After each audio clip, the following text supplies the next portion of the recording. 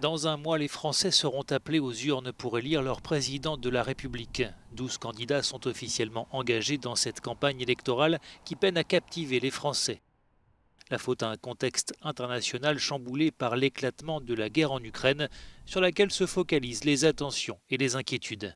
Frédéric Dabi est directeur de l'Institut de sondage IFOP.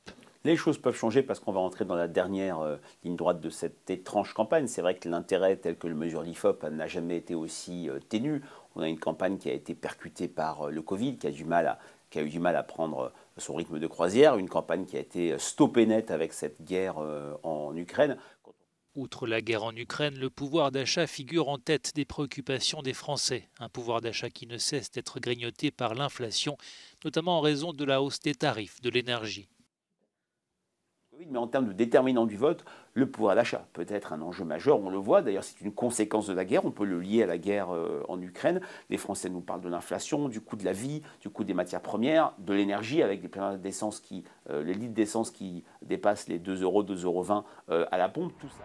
Parmi les autres préoccupations des Français avant cette présidentielle figure le système de santé qui a montré sa fragilité et ses dysfonctionnements lors de la crise du Covid, ou encore les questions liées à l'environnement et à l'immigration.